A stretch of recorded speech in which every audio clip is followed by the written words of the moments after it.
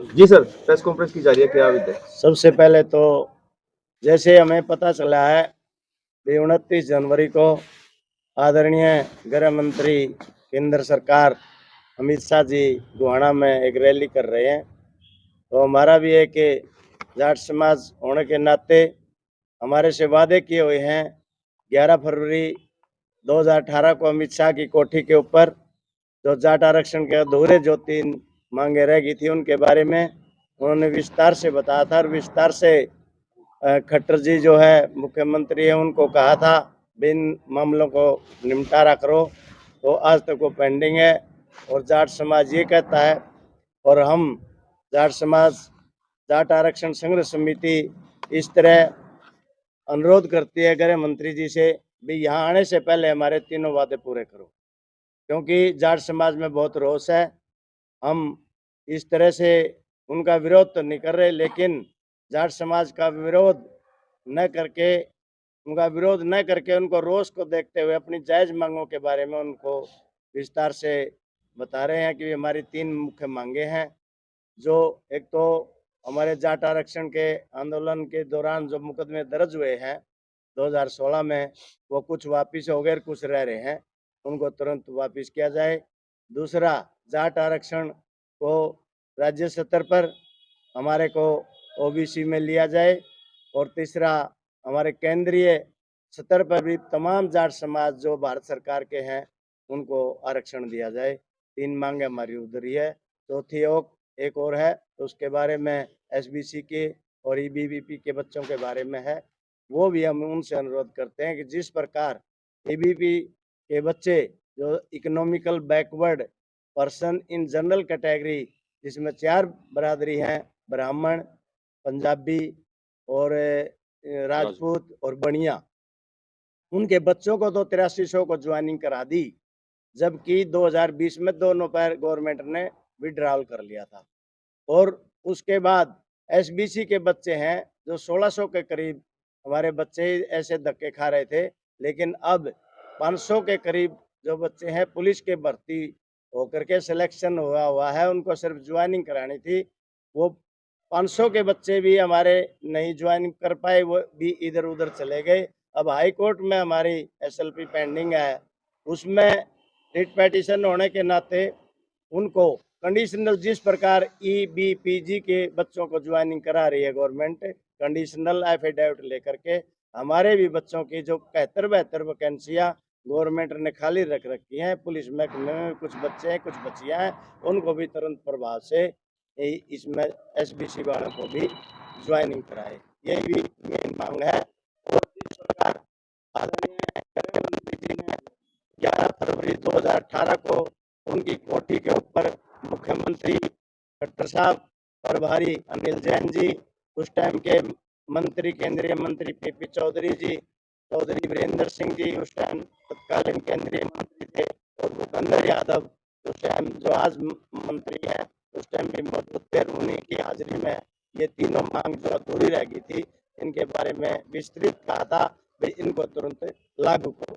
यही हमारी मांग है कि ज्यादा से ज्यादा हमारी तीनों मांगों को तुरंत सरकार लागू करे, ताकि जाट समाज में जो अफसोस है उसको बंद हो जाए। और आगे हम अपनी ना तो अगर सरकार ने हमारी नहीं मांगेंगी तो हम अपने आगे की रणनीति अपनाएंगे। तो ये हमारा आज का मेन मकसद है। अभी जब 29 जनवरी को हरियाणा के अंदर केंद्रीय गृह मंत्री यहाँ आए हुए हैं, तो वो हमारी आने से पहले हमारी मांगों को बिल्कुल ध्यान दे और उन पर विस्तृत जो है कार्रवाई करें। और दूसरा, कल हम गृह मंत्री जो मौजूदा हरियाणा के हैं अनिल विज से भी मिले थे, उन्होंने भी हमारे को आश्वासन दिलाया है भी आपके जो मुकदमे जो दर्ज हैं 2016 के, बाकी जो पेंडिंग है सीआरपीसी की धारा 321 के तहत उनको भी वापस लिया जाएगा। उसमें एक स्टे है नॉर्मल, तो कोई बड़ा स्टे नहीं है, उसको दूर करके। और आप पूरी तरह से आश्वासन उन्होंने दिया, और उन्होंने ये भी कहा कि आपकी जायज जो मांग है तीनों की तीनों मांगे हम जो है गृह मंत्री जी के सामने भी उनको रखेंगे। तो आज हमारा यही मेन मकसद है भाई हरियाणा के और यहाँ जो गृह मंत्री आए हुए हैं वो हमारी बातों पर ध्यान। आपका नाम और पद क्या है जी? मेरा नाम प्रताप दहिया, राष्ट्रीय अध्यक्ष अखिल भारतीय जाट आरक्षण संघ से। सर, जिस तरह से अभी आपने कहा कि विरोध नहीं करेंगे और एक तरफ विरोध की भावना भी सामने आ रही है कि 29 साल से पहले हमारी ये जो मांगे हैं पूरा किया जाए। वो तो समाज से बात इस तरह की है, विरोध भी नहीं जाते, लेकिन जाट समाज में तो आक्रोश है कि सरकार वादे करती है, बार बार मुकर जाती है, तो क्या करेगा और समाज इस बारे में, और क्या करें। और हमारे पर भी प्रेशर है अपने बरादरी का, और वो मानना भी चाहिए। बीइंग हम अधिकारी पदाधिकारी होने के नाते हम तो अपनी ग्रीवेंसेस जो है सरकार के सामने आपके माध्यम से ही पहुंचा सकते हैं। कल गृह मंत्री जी से भी इसीलिए मिले, ये हमारी बात को ऊपर तक पहुंचाओ। और आपकी बातों पर विचार नहीं हुआ तो क्या फिर आगे विरोध का कोई है अपने इरादा? 29 तारीख के बाद इसके बारे में विस्तृत जानकारी करें। तो 29 तारीख की रैली में जाट समाज पहुंचेगा। वो जाट समाज की मर्जी है, पहुंचे ना पहुंचे उनकी। अगर हमारी मांग पूरी कर देते हैं तो उनमें खुशी की बात होगी। तो जैसे तो रैली जाएंगे आई है आप? सर, तो अगर हमारे समाज से हम इकट्ठा होकर के कोई मीटिंग बुला करके उसके बारे में फैसला करेंगे, भी सरकार ने हमारी तीनों मांग मांग ली, तो उसके बारे में हम विस्तृत जानकारी समाज से मिल के करेंगे। हम अकेले इंडिविजुअल कोई फैसला नहीं ले सकते। काफी टाइम हो गया सर, तो किस तरह से आप जो है अपनी मांगों को मनवाने के लिए अब तक प्रयास कर रहे थे? हम अपनी मांगों को मनाने के लिए तो पहले रोड पे तो हम पहले भी नहीं बैठे, ना हम रोड इस तरह की कोई वो करेंगे कि भी अहिंसा का जो मार्ग अपनाएं। हम शांति प्रिय धरने जिस प्रकार हमने 29 जनवरी 2017 से शुरू करके 19 मार्च 2017 तक 52 दिन धरने चलाए थे, इस तरह की भी कोई योजना या और रायशुमारी लेकर के हर ब्लॉक स्तर से हम उस प्रकार का काम करेंगे। हमने 29 जनवरी से ही मीटिंगें शुरू कर दी हैं। विस्तृत जानकारी बताऊं, पहली मीटिंग जो दादरी से है, उसके बाद भिवानी है 5 फरवरी को, 12 फरवरी को यहाँ हिसार में है, 19 फरवरी को झज्जर में है, उसके बाद करनाल और कैथल और वहाँ के प्रोग्राम हमने चेक आउट कर दिए हैं। ये है सर, जब रैली आई है अभी अमित शाह की, अभी आपको याद आया? अभी आप सक्रिय हो गए, इससे पहले क्या कार्रवाई नहीं, की? हम इससे पहले भी समाज मिले पर- थे। हाँ जी। 2020 में हम गुड़गांव मिले थे, मुख्यमंत्री जी के सामने बात हुई, उन्होंने कहा भी आपके केस वापस लेंगे, पूरी कार्रवाई करेंगे। लेकिन इन द मीन टाइम थोड़े दिन के बाद हमने कोशिश करी, कुछ हुआ तो ये कोरोना आ गया। कोरोना के बाद जो किसान आंदोलन की जो वो आ गई, तो बीच में हम ये नहीं चाहते थे भी किसान आंदोलन जो डिस्टर्ब हो, क्योंकि किसान आंदोलन में भी हम 36 बरादरी के भाई हैं और हम एक सिपाही बन करके उसमें भूमिका निभा रहे थे, न कि हम अग्रणी नेता थे। तो कहीं ना कहीं एकजुटता आपकी नहीं रही और सरकार पर दबाव जो है वो नहीं बन पाया, जिस तरह सरकार ने आपकी बात अब तक नहीं मानी। नहीं, एकजुटता तो है। देखो, एकजुटता हमारी सदा रहेगी, आगे भी रहेगी। कुछ तो आदमी राजनीतिक शिकार हो जाते हैं, चले जाते हैं, आना जाना वो उनकी बात है, उनकी मंशा, हम किसी का नाम नहीं लेते। लेकिन एकजुटता का ये कारण नहीं है कि भी 13 महीने भी किसान आंदोलन पूरी तरह से चला, वो भी एकजुटता का परिणाम है। बीच में हम इस तरह की कोई डिस्टरबेंस पैदा नहीं करना चाहते थे। जो हम बीइंग ए किसान, बीइंग ए जाट, हम यही नहीं चाहते थे भी हमारी कोई तरह से जाट आरक्षण आंदोलन की आड़ में हमारा किसान आंदोलन खराब हो। तो अब जैसे बलारा जी ने कहा था कि भाई यशपाल मलिक के खिलाफ जो है हम हरियाणा में बड़ा आंदोलन करेंगे। वो उनकी निजी राय है, जो कि यशपाल मलिक जी तो एक हीरा है, 24 कैरेट सोना है, जिसकी अपनी रीजनाइज। कल को लो भाई यहाँ अलग से संगठन बनाओ, कोई किसी की निजी राय 20 संगठन बना लो, हमने उससे कोई इतराज नहीं। लेकिन जो अनाप शनाप बोलना, पहले वही सब कुछ थे, हम उसके बारे में कुछ नहीं ज्यादा कहते। लेकिन संगठन बनाने का सभी को अधिकार है, हम उसके बारे में क्या कहेंगे। जो लोग समाज के झंडे उठा रहे थे, अगुवाई कर रहे थे, अब वही लोग सबसे ज्यादा विरोध कर रहे हैं। नहीं, ऐसी कोई बड़ी बात नहीं है, एक दो को छोड़ करके। तो ऐसा क्या हो गया, क्यों यशपाल मलिक पर आरोप लगाए जा रहे हैं? अभी किसी का राजनीतिक महत्वाकांक्षा है तो उसको हम कैसे दूर कर सकते हैं। बीच में आपका प्रलोभन और आपका क्या है क्या नहीं है, उसके बारे में तो इंडिविजुअल बता सकता है मेरे को किस दिशा में जाना है, किस पार्टी ने थपकी दी है, किसने क्या किया है, तो उसके बारे में हम विस्तृत नहीं बता सकते। आंदोलन जो किया था वो आरक्षण के लिए किया था, लेकिन एजुकेशन जो वहाँ पर बनाई जा रहा है, जो जाट जो वहाँ पर बनाई गई है अभी, तो उसको लेकर भी जो है ना नाराजगी है समाज में कि भी जो आंदोलन था वो भटका दिया गया है, रास्ता डिवाइड कर दिया। ऐसा है, आंदोलन जाट आरक्षण के लिए था।